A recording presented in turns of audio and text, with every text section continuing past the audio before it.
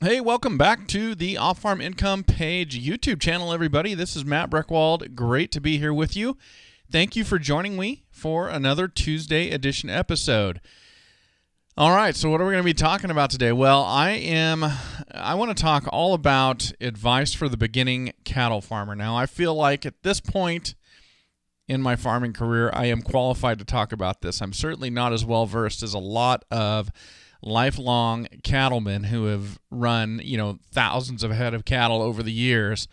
But I've definitely been noticing some things that makes me want to talk about this. And so I'm going to be bringing that up here in just a minute. Just one thing, I'd be remiss if I did not mention that I can't believe that the Montana State Bobcats lost to Sacramento State this weekend.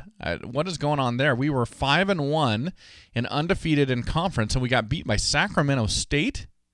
I didn't even know they had a college in Sacramento. No, I'm just teasing. I knew they had a college. I knew they had a Cal State University there. But, man, I was hoping we would run the table a little bit better than that. So we'll see what happens coming up here in the weeks to come. But, I've always got this Montana State banner hanging over my head in my studio. If you're listening on the podcast side, you don't see it, but you certainly know I love to talk about it.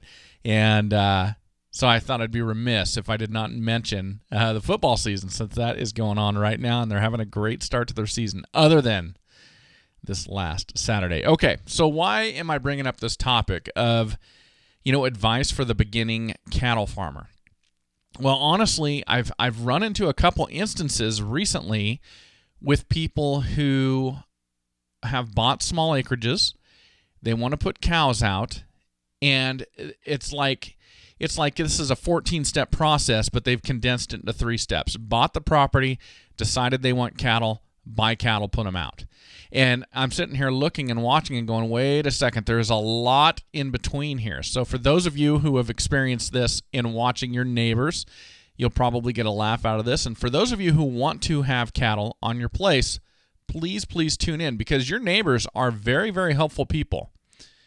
They're also very busy people, and so you want to have done as much research and done as much to be self-sufficient as possible before you start hitting them up for help all the time, because they want to help you, they want to be there for you, but they can't do so at the peril of their own operation or their own way of, making a living or whatever that may be, or their family life or whatever that may be. So you want to be reasonable with your neighbors. And this just stems out of a couple conversations I've had with people who are just jumping into raising cattle, but they don't have any experience raising cattle, and they don't have the proper infrastructure. And what I've been seeing going on in our area is people buy an acreage, and a lot of times they're buying an acreage that was initially just pastured off for horses. And all of you know, and of course you know, that when you've got a horse that's broke, you can go up to it with a bucket of grain, at the very least, bucket of oats or whatever, get a rope over its neck, and you can get it caught. That's not that difficult of a thing to do. Cattle are different, but what I've been seeing is too many people on small acreages, and they're fenced, and they think, well, I can put cattle out there because it's fenced. It'll hold them in. Well, it'll hold them in the pasture, but if you don't address the other things that you may have to do, even a minority amount of the time, it's going to make the experience bad, and it may cost you money. And it may not even be humane to those cattle. And, of course, I'm always talking about Powder River on the show, and I'm always talking about getting good equipment so you can, reduce stress, reduce injury with your large livestock when you do need to work with them. And that's a thing. You need to do that. We all need to do that as ambassadors for agriculture and for raising livestock. We all need to make sure that we're paying attention to that type of stuff. So, and with that said, not every situation you're going to get into will allow you to have all the right equipment. Certainly my first few years here on our farm, we got cattle sooner than we were ready equipment-wise. Experience-wise, we were fine, and that's what got me through. But we weren't ready. I didn't have corrals. I didn't have a runway. I didn't have a squeeze chute set up yet, and we had some cattle gifted to us. Very generous gift. I wasn't going to say no to it, but for a couple of years, if I had to treat a cow, I had to really cowboy it. And I had to really come up with some workarounds, which was to get her caught, get her in the trailer, get a rope on her head, get her cinched up, and then that's as good as it got for me. And then I'd have to do my work. Not always the easiest or the safest thing, really. Honestly, how I got through that without a broken arm, I don't know. But I had the experience to be able to do that, even though it's not even close to the best way. But a lot of folks don't. And so I had a conversation the other day with a gentleman whose son and daughter-in-law have bought a small acreage, and they've decided they want to put out cattle. So basically what they've got is they got about 15 acres of irrigated pasture, and it's got a fence around it. And so let's put something out there to eat this grass down. We're going to put cows out there. Okay, great. So I asked him, I said, well, what do they know about raising cattle? What do they already know about cattle? Nothing. They know nothing. And that was his words. They know absolutely zero. All right, what kind of equipment do they have on the property? Corrals, squeeze chute, stuff like that. He didn't even know, but according to him, he didn't think they had any of that. And so I was like, all right, time out. We've got to hit the time out here really quick, and let's get these folks into a class. Let's get them working with some neighbors. Let's get them some experience. Let's get them a book or two just to put some ideas in their head, just to get them off to the right start. Because, we want them to have a good experience. We want them to be pro-agriculture. We want them to be ambassadors like the rest of us that are supporting agriculture and people who are raising livestock. So it does nobody any good if they have a bad experience, especially if that bad experience leads to a dead cow, a dead calf, somebody getting hurt, a wreck out on the road, on the highway, because your livestock is out or something like that. It does no good for any of us. So let's kind of call time out on this deal, and let's slow it down a little bit. And that's really what this episode is about. I was thinking about this more. You can, if you're eager to get started right now, you're chomping at the bit, which, by the way, I totally understand. When we got our farm, I'd been waiting 20 years to have my own farm, and I was chomping at the bit to get going.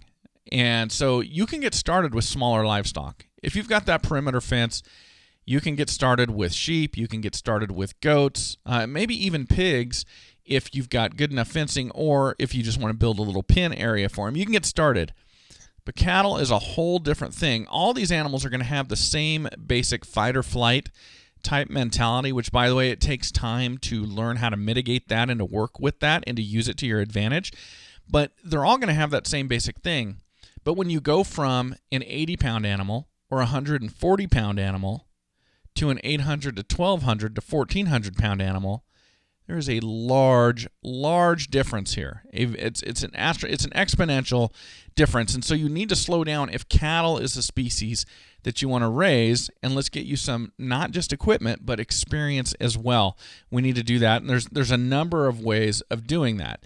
But any of you who have raised cattle, you've seen that cow that just for one reason or another, she shuts off that logical thinking part of her brain, however much a cow has of that, and she's got her head up, her ears back, her eyes staring 1,000 yards out on the horizon, and she's got that trot going, that trot. Not like a full gallop, if you can use that term for a cow, but she's got that trot going. And once that happens, you know you're in trouble. You know that you're done working with that cow for a while, maybe for the rest of the day or a few days. Unless you're really going to rodeo it, you know you're done, because she has shut that off, and now there is no reasoning with that cow. You can't apply appropriate pressure. Basically, you've lost the battle. The battle is over. You need to come back another day to try and win the war. So, we want people to know that you can't just force your will on large livestock like cattle all the time. It just can't be done. And so, really, I was thinking about this, and I'm thinking about, well, where does this come from? I mean, having cattle, these are big animals. They should be intimidating to people who've never worked with them. So all these folks who are just buying a piece of ground and putting cows out, where does this image come from? And I finally figured out that those of us in the cattle industry, we're our own worst enemies. We're too good at what we do. I mean, you think about it, all these folks that are driving around in the areas that we get to live in, and they're looking at the way we get to live, and they're seeing these pastoral images, and they're really admiring the lifestyle, and they see these cows, and these cows are out on pasture. They're all lined out. They're all grazing together. Everything looks peaceful. It's this very pastoral image. Everything looks right, and folks go, I want that. I think that's awesome. That's great. What they don't see is they don't see the cursing. They don't see the blood. They don't see the the manure on the pants, the manure on the hands and the boots. They don't see the bent and broken panels. They don't see the torn down fences. They don't see the vet bills. They don't see the dead cattle. All of that went into learning how to run a cattle operation and how to work with cattle that ultimately got you to the point where you can actually have cattle out on a pasture like that, and it works. And it works. Now, of course, you can put any cows out on any pasture, and as long as they're left unmolested and they've got plenty to eat and drink, they're all going to look the same. They're all going to look just like that. But as we all know, those of us who raise cattle, it's not necessarily going to stay that way, because eventually, at some point, you have to come into close contact with those cattle. At some point, you have to. And that's when it gets tricky. And, it's funny. This whole deal of people driving around, and by the way, not just driving around seeing cattle on pasture, but maybe driving around seeing people working with cattle, maybe moving cattle, or maybe even being engaged in that, maybe coming to a farm or something like that and seeing folks work with their cattle and they're just kind of observing. It's kind of like if you're sitting on your couch and you're watching a basketball game, you see Stephen Curry, draining three-pointers from 40 feet. Or you're watching golf, you see Tiger Woods just sinking putts from 40 feet. And you look at it and you go, that looks so easy. I could totally do that. And what you're not seeing is when Tiger Woods, when he hits that golf ball and it rolls that 40 feet and it does a little curve off to the left and then it drops into that cup, what you're not seeing is all the time and the effort and the experience and everything that went into that 40 feet, that area between where it hit the putter and where it dropped into the hole. You're not seeing that at all, and that is all that time, all that experience, and all of that effort. And we're the same in the cattle business. We have been around cows. Those of us who work with cattle, we've been around them for a long time. We've worked with cattle in a variety of situations.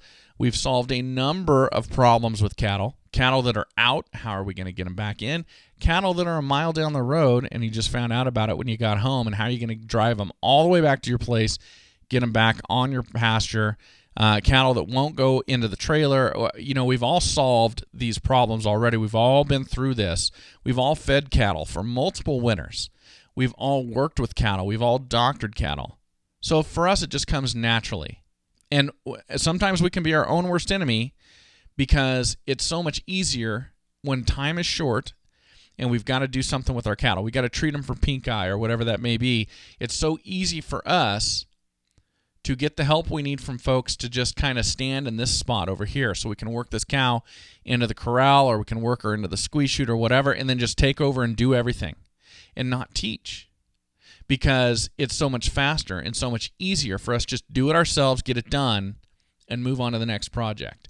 And we do ourselves a disservice there too. We really should slow down to be better teachers, and that's those of us that have the experience already. But that is not what today's episode is about. Today's episode is about those of you who want to raise cattle. So here's what I think you should do. I want to give you some tips, those of you who want to get into cattle, because I'm not trying to talk you out of this at all. I just want you to have a fun, pleasurable, satisfying, and safe experience with the cattle. And for as much as it's possible, I want the cattle to have the same experience with you. Okay, so here's some tips. Now, these are not necessarily in the correct order, but I just kind of brainstormed these, and these are what came out. First and foremost, make friends with your neighbors. You're going to have, if you're in an area where you can raise cattle, you're going to have people around you who are raising cattle and that know more than you do. Make friends with those folks. You're going to have to borrow their expertise and their experience at some point. But we don't want to do things in such a manner where we burn them out on helping us. We don't want to do that. But we definitely want to be friends with those folks so we can call them with a question. So if we really need their help, we can get their help. And there are going to be times when we want to learn something, and they're going to be the people that can teach us, and we're going to ask them to teach us. But try and do that proactively. Don't try and do it reactively. And what I mean by that is try and do it in this manner. Don't wait until your cow's got pink eye to figure out how to get her caught and how to treat her, and call your neighbor up when she needs treated and have them come over to show you. Call your neighbor up and say, hey, I know it's season for pink eye. When you get a few cases, can you give me a call? I'll come over, do whatever you need me to do to help, but I'd like to learn how you treat them. Be proactive in that respect, because for you to call them over to your place and to deal with your mess, which can happen sometimes, that's a big ask. That is a big ask. So if you can be proactive about that, please do. But definitely make friends with those neighbors, because they're going to need you, you're going to need them, and you want to know who the folks are that you can call that have the expertise that you're looking for. All right, next thing, reinforce your fences. If you just bought your property, you're getting ready to go out, if you've got any fences that look marginal or weak or something, find a way to reinforce them. The number one thing that is going to cause you major stress and headache, maybe even make you think about not raising cattle, is if you've got a bad spot in your fence and those cattle are pushing that fence and they're getting out, and you've got to get them caught and they're going down the road. Especially if you've got cows that are a little bit spooky, or that they don't know you, they won't come to you. This can be a very stressful time. So let's be proactive. Let's stop that from happening in the first place. Let's isolate all of the issues we're going to have with our cattle right there to our own farm, and not let it go outside of our farm. Let's do everything we can to make sure that that does not happen. So reinforce those fences. Make sure you've always got good fences and that those gates are closed. Let's not let our problems, our inexperience, spread outside of our farm. Again, we're all ambassadors to people who raise livestock here. We want to put the best image forward of folks who raise livestock, and we want to demonstrate we're responsible. We don't want cows getting hit by cars. That's a problem, not just for the motorist and the passenger, because that's a dangerous situation, but it's a public perception problem as well. So we don't want that to happen. So please make sure your fences are very, very good. And by the way, don't rely just on electric fence. I know you're going to drive around. You're going to see cornfields. You're going to see hay fields in the winter. And they've got cows out there with a single strand of electric fence, and those cows always seem to stay in. Now, the first part of this is those cows don't always stay in, but the odds of you driving by right at the time when they're out and they're getting caught are pretty low, so you might not ever see that. The other thing is, if you've got somebody who's really experienced on having those cattle go in and kind of glean off what's left of that crop or those corn stalks or whatever that may be, they're going to be very good at keeping an eye on those cattle and knowing that those cattle are content with the feed they've got out in the area that's within the boundary of that electric fence. Once those cows start getting hungry, that's when you're going to run into issues. And that's one of those things that you don't know yet as a new cattle farmer, but they do. And so you're not seeing that because you don't even know to look for it. So don't think just because you see other more experienced people who raise cattle put out a single strand of electric fence to keep them in a bunch of corn stalks or something like that, that's all you need for cattle. It is not. It is not. All right. Okay, so make sure those fences are very good. Now, the next thing I want to say to you, especially if you're just starting out, is to be picky about the cattle that you buy. Now, this is something where I feel like I've got the experience level now where I could be less picky, but I'm still not. I don't want cattle on my place. They're going to rile everybody up and get everybody running. Cattle that are running, in my opinion, are only fun to watch, only a good thing one time, and that's when you're moving into a new pasture and they're excited. But any other reason that they're running is not good, in my opinion. And so I'm still very picky about having cattle, because here's what I know. I love having cattle. But if it turns into a burden or a causal factor of stress, that's going to take the joy out of it for me. So I'm still very picky, and I try to only get cattle that are going to be able to blend in with the herd, stay calm, and be comfortable around me, comfortable around us. And to a lesser degree, comfortable around people in general, but definitely comfortable around me. I like cattle that'll come to me when I call them. So you want to be picky. Now, how do you do that? You don't have an eye for cattle yet. How do you do that? You might get help when you buy your cattle the first time, or if you go out to somebody's farm and you're looking to buy direct from them, you're going to buy a couple cows, maybe a bull or something like that. You might ask them about this, and kind of you may not know cattle yet, but you know people, so you can gauge their responses when you ask them how their cattle react around folks. And then when you go out to look at these cows, pay close attention. Do these cows just chew their cud and kind of look up at you? Or do they trot off and you never chew their cud, never take another bite of grass, and just sit there and watch you. That's two different distinct behaviors by that cow. That second behavior might be one you want to steer clear of, okay? But for you just getting started out, you don't want wild and crazy cattle. Now, why do I bring this up? Why would anybody buy wild and crazy cattle? Well, it's a business model. Honestly, my step-grandfather, who really got me into cattle to begin with, he would go to the sale and he would buy some cows that he could get a great deal on. He'd bring them home, he'd calve them out, take them back, sell them as a pair, and he would make money. And it's a good way to make money. But there was a side effect to that, and that was we had some crazy cows come onto that farm, and we had to deal with those crazy cows. And so, but he was experienced enough to do that. And by the way, even with his level of experience, I mean, we're talking 6-7 decades of experience with cattle or more. Even then, there were times where there were cattle out on the highway where they jumped fences, where they were just horrible. Even then, okay? So please, try and be picky about the cattle you buy and the cattle you start out with. Get the correct equipment. Get the correct equipment.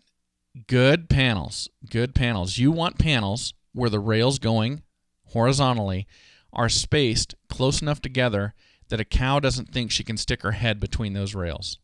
And by the way, I know this from experience. I've gone cheap before. I don't anymore. Now I buy Powder River, and I buy the really, really good stuff. And I won't make that mistake again. But I've gone cheap before where the cow can get her head between those rails, and then she can pick up that panel, and if it's attached to other things, she just bends it right in two. Just right in two. You need to buy good panels, and you don't want them to be able to get their head between there.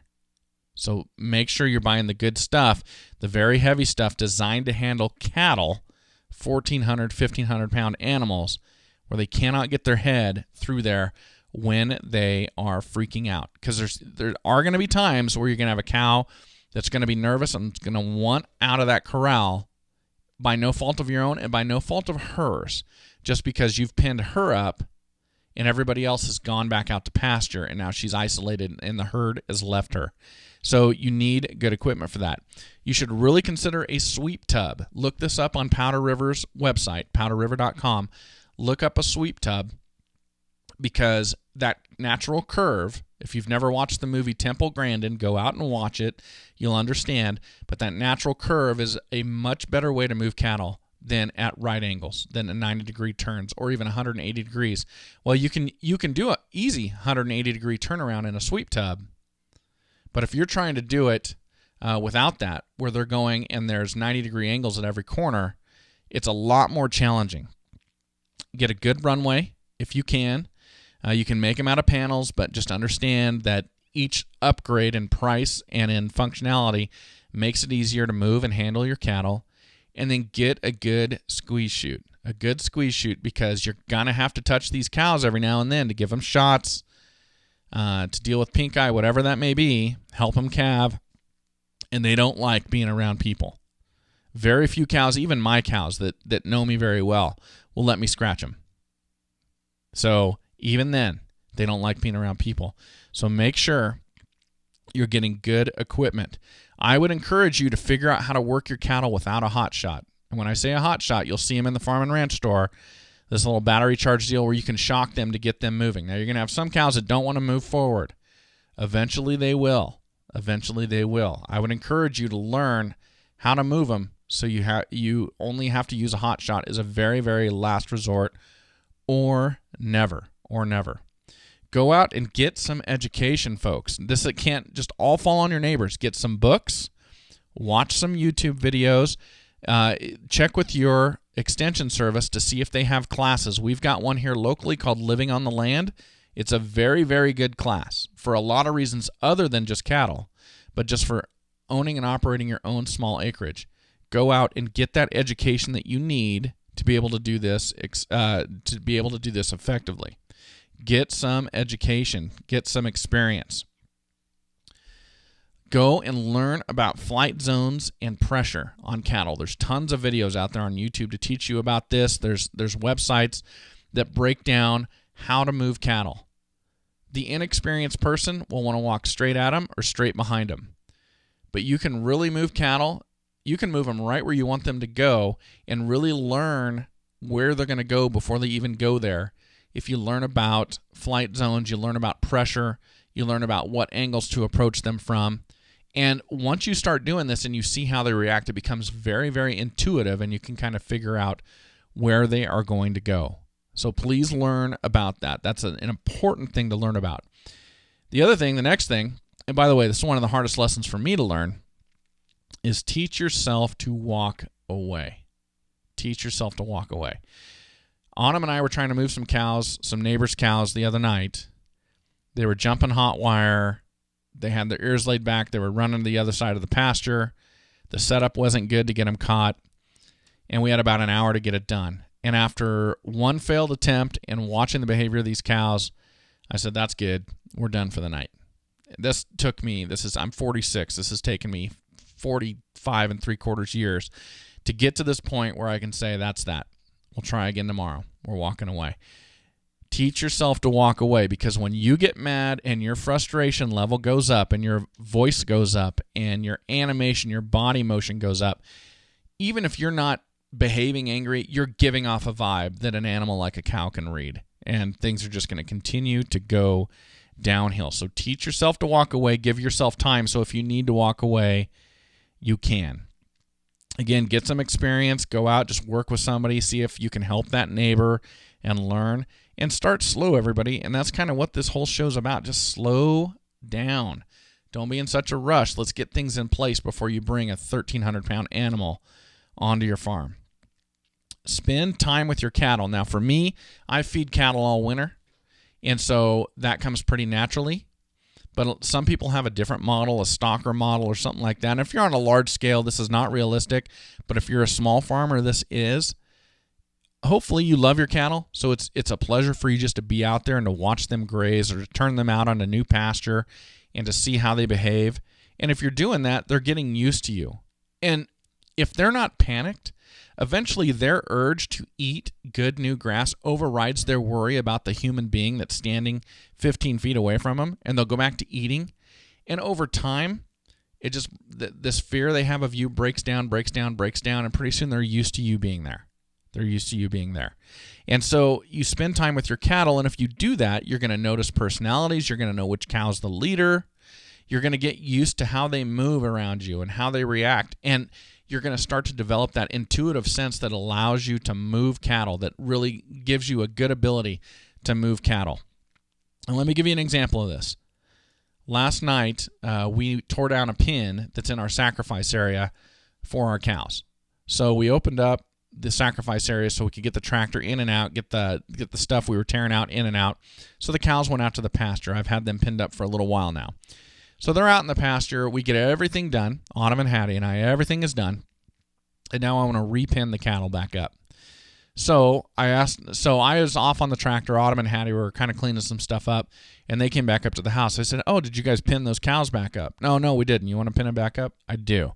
So we went back down there. I knew right where to put Autumn and Hattie, so I had them stand in a certain spot. And with me, I'm able to call my cows. And I just called them and just was patient with it.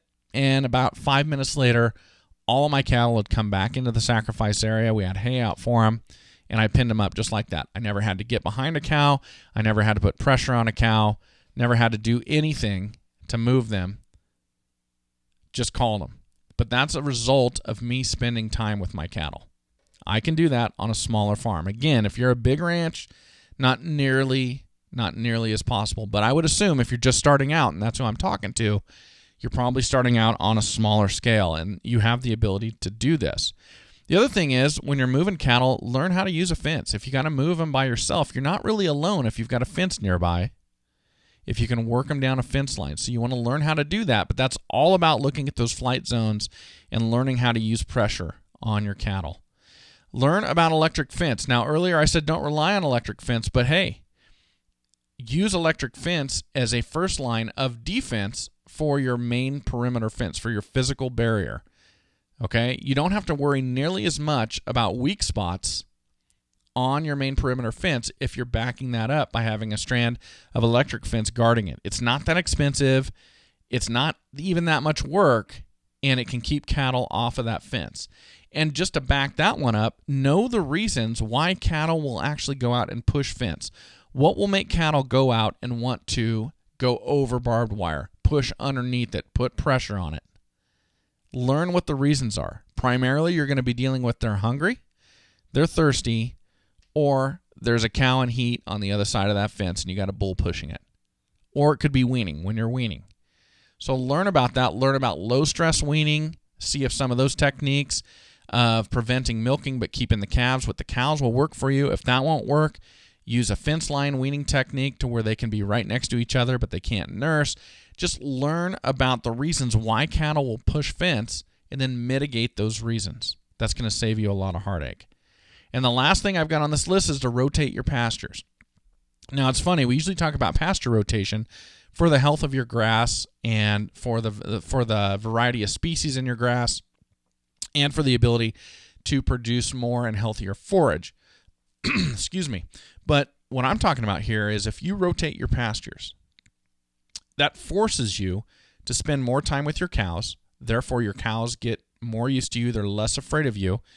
And it helps you develop that intuitive sense of how your particular cows are going to move, how they're going to react. It really makes it a lot easier for you to move your cows, makes it easier for you to call your cows. It trains them to come to you, especially when you're rotating pasture, because they want to get to that new grass, by the way, once they learn the system. So especially if you're rotating pasture, if you call them each and every time, I call them with a whistle. Maybe I should use something different, but I'll call them by whistling. And, man, they will come to me anytime. So even last night, I didn't think they were going to come to me because they'd been wanting to get back out on pasture, but they still came to me. So rotate pastures. It really helps you to get to know your cattle and to kind of break down some of the stress they have about you. All right, everybody. Well, hey, you will get there. I promise you that. You love these animals. You love working with these animals. You're definitely going to get there. I'm excited for you, and I know you're going to get there. Just don't get in too big of a hurry. Just give yourself some time to ensure that this is going to be a positive experience for you and for your family. And again, you can get started really quick if you want with smaller livestock, but with cattle, let's get some things in place because we don't want you to wind up with a cow that needs your help, but you're not able to give it to her because you don't have the right equipment or you don't have the ability to get her caught. You know, there's nothing more frustrating than you wanting to do the right thing by an animal, by a cow on your farm, and she won't let you, and all you're trying to do is help. That's a frustrating thing. So let's not get ourselves in that situation. Let's take some time, slow down just a little, and make sure that we are ready. All right, everybody. Thank you so much for being here. Thanks for letting me get on my soapbox about raising cattle, but this is just something that's been coming up lately. And as always, enjoy your journey to the ultimate lifestyle business, agriculture.